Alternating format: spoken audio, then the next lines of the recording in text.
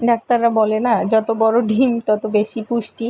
আর আমি বানিয়েছি আজকে যত বেশি ডিম তত বেশি মজা। আসলে একটু নতুনত্ব করার জন্য নিয়েছিলাম কোয়েল পাখির ডিম। কোয়েল পাখির ডিমের চপ বানাবো করে। আর সেটাকে কোট করব আলু ভর্তা দিয়ে। তো আলু ভর্তা বানানোর জন্য আলু সেম যেভাবে ভর্তা করা হয়, তো আমি একটু পেঁয়াজটা ভেজে নিয়েছিলাম বেরেস্তার মতো করে, সাথে একটু বোম্বাই মরিচ দিয়েছিলাম। বাস সিদ্ধ কোয়েল পাখির ডিম আলুর ভিতরে দিয়ে কোট করে নিয়েছি। আলুটা কেমন যেন এখন একটু নরম নরম থাকে, সিদ্ধ করলে একটু কেমন ল্যাতল্যাতে হয়ে যায়। জানি না কেন, আমারটা হয় নাকি সবারটাই হয়। আমি তো দেখতেছি একটু বেশি ল্যাতল্যাতে হয়ে গেছে। যাই হোক, সমস্যা হয়নি, ভাজা গেছে। তারপরেই তো বেসনে চুবিয়ে ভেজে নিলাম। ভাজতেছে অবশ্য আম্মু, আমি জাস্ট ভর্তাটায় আর কি ডিমটা কোট করে দিয়েছিলাম।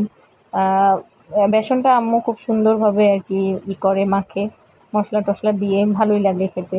আমি যদিও কোয়েল পাখির ডিম খাই না, বাসায় সবার জন্য করেছিলাম আর কি। আমি একটা বড় ডিম নিয়েছিলাম সাথে, সেটা আর দেখানো হয়নি। কোয়েল পাখির ডিমগুলোকেই আর কি ভিডিও করতেছিলাম।